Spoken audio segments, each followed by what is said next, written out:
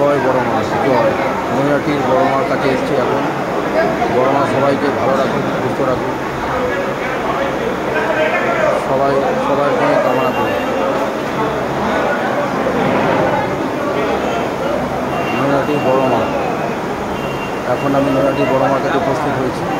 তোমরা দেখো, এবার তোমরা মায়ের কাছে আশীর্বাদ চাও, মা তোমাদেরকে যেন সবাইকে ভালো রাখুক, সবাইকে সুস্থ রাখুক মা।